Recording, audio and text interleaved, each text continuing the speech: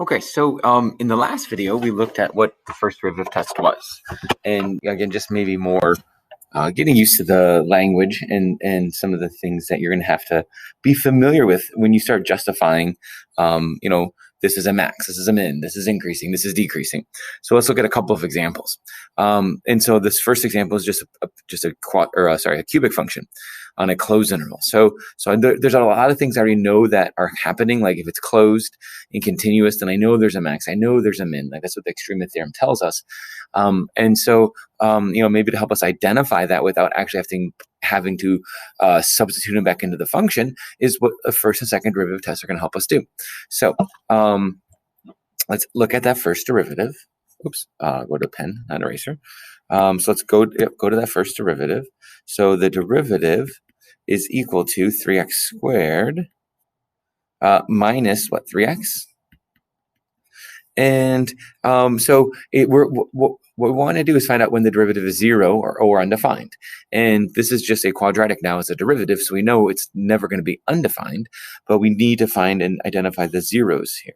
So I'm going to factor out a 3x. And so I'm going to get x minus 1. So I know the zeros happen when x equals 0, x equals 1. But then remember, we still have critical values as endpoints, right? Don't forget the endpoints, because they're going to either start or end a decreasing or increasing interval. So I like to really, not inverse, sorry. I like to draw a sign chart of my derivative. And my sign chart will start at the lowest point of the closed interval, -1, go up to 4, and then I'm going to plot on 0, and I'm going to plot on 1. And so I have the derivative that I want to analyze, and so I'm just going to, again, my derivative, not the original function, but the derivative, which is sitting right here. Let's pick a representative point and figure out what's happening, the behavior. So between 1 and 4, let's say you pick 2. If you put 2 into our sign chart, or to our derivative graph, function, I should say, you're going to get a positive value, right? 3 times 2 is 6, 2 minus 1 is 1, so 6 times 1 is 6. So I know that's a positive value. So because that 1 represented a positive value, everything in this region will be positive. And then we knew that 1 was a 0. Now, we could test another point between 0 and 1, to find out that if you pick like 1/2 and you put it into here, you're going to get a negative value. But if you remember from honors pre-calc, and I don't know if Mr. Kim stressed this, but I know I did. I talked about multiplicity. That if you know the degree of this is 1, like the degree of the polynomial that gave you that factor. So they're here. The degree is 1. It's an odd multiplicity. If you have odd multiplicity, you're going to cross through that point like a graph.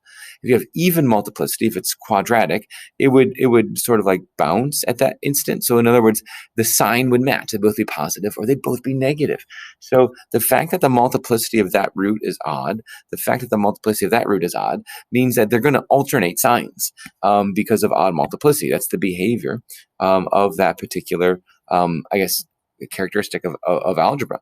But if you don't know that, remember that you can always test the point. Like picking like -1/2 makes this negative as a product positive. So then what I like about these pluses and minuses is that, again, it sort of indicates and shows what's happening to our graph. So if it's a positive first derivative, you're increasing. If it's a negative first derivative, you're decreasing. And if it's a positive first derivative, you're increasing. So just by looking at the shape of these arrows, you can kind of get a good idea of what this cubic function looks like, which is that's the whole point of calculus. It's helping us analyze this function without having to rely on a calculator. So it says, when is it increasing? When is it decreasing? Well, I have to sort of just then summarize this. I can't just leave it like this. So it's increasing. So when is it increasing? It's increasing from open interval -1 to open interval 0, union open interval 1 to open interval 4. When you're increasing or decreasing, you always keep it open-ended, and decreasing then from 0 to 1. So then it says identify local extrema. So I know -1 will be, well, let's see, it's down at the bottom here. So I know that x equals -1. Oops, sorry. So x equals -1. F of x has a minimum. And how do I know that f of x has a minimum? Because function begins an increasing interval. So -1 begins increasing interval. So that's what I want to kind of relate it back to, because I don't really see the function, but I see the first derivative, and it begins increasing. Now, let's look at x equals 0. X equals 0 would represent a maximum. So f of x has a max there. Now, 0 is not the maximum. Remember, the maximum or minimum value would be the y value at that instant. So we don't know that just yet. But x equals 0 has a maximum. How do I know that? Because my function changed from increasing to decreasing, or I could say f prime of x, because that's what I'm analyzing. F prime of x changes from positive to negative. And honestly, that's the most efficient way to talk about that. We're analyzing a derivative. We see the derivative. It changed from positive to negative. Okay. How about x equals 1? Okay, so x equals 1. F of x has a minimum. How do I know? The derivative changes from negative to positive. So, notice that when am I using the f of x words, right? F of x has them in. How do I know? Because the derivative changed a certain way. So again, we're using the derivative to help us analyze the function. And then x equals, not at 2, at x equals 4, okay, f of x has a max. And how do I know it has a max? Because it's either the end of or you could just say it's at the end of an increasing interval. 4 is the end of an increasing interval. Now, here's where it matters with grammar, right? Avoid indefinite pronouns. Avoid the word it, okay? Because if you start talking about it, we start to lose sight of what did it represent. Did it represent an x value? Did it represent the function? Did it represent the derivative? So when all possible, avoid the word it. Okay, so and then let's go ahead and look at example 2 here. Let's say we already have the derivative, right? Here is the derivative already done.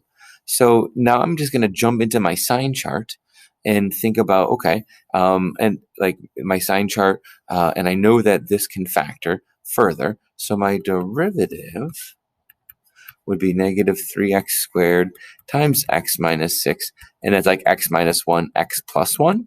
So I have critical values at 0, at 6, at 1, and negative 1. Now notice this is an open-ended problem. There's no interval here, right? There's no closed interval. So I'm just asking, when is it increasing and decreasing? So 0, and I know 6, I know 1, and I know negative 1.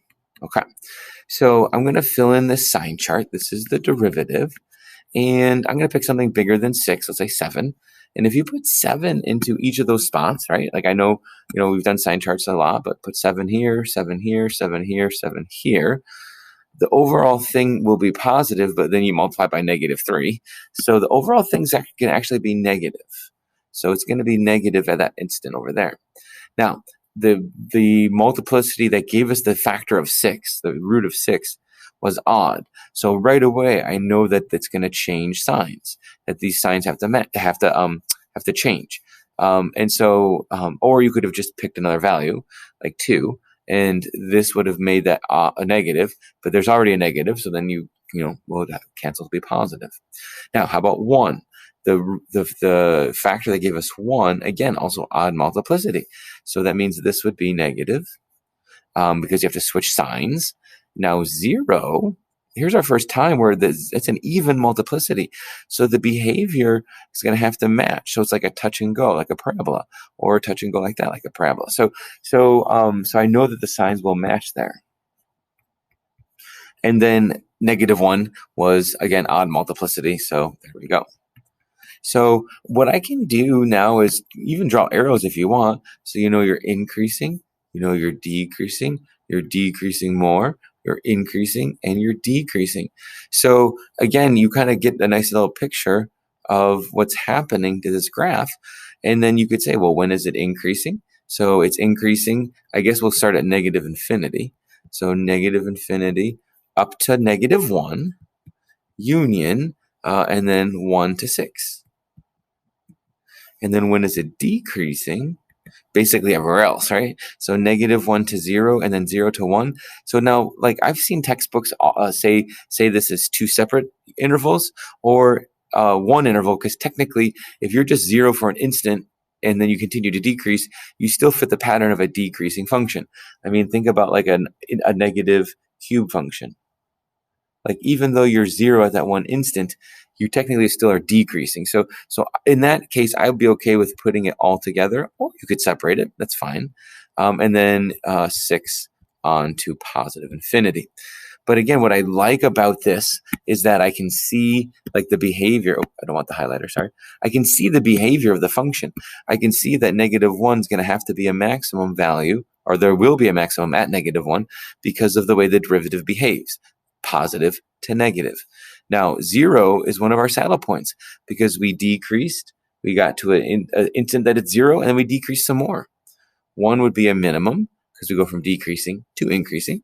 But then 6 would be a maximum because we went from increasing to decreasing. Okay. So again, just using the derivative to help us analyze something about the function. And oftentimes we're not going to even know the function. And that's going to, we're going to see that in our next example.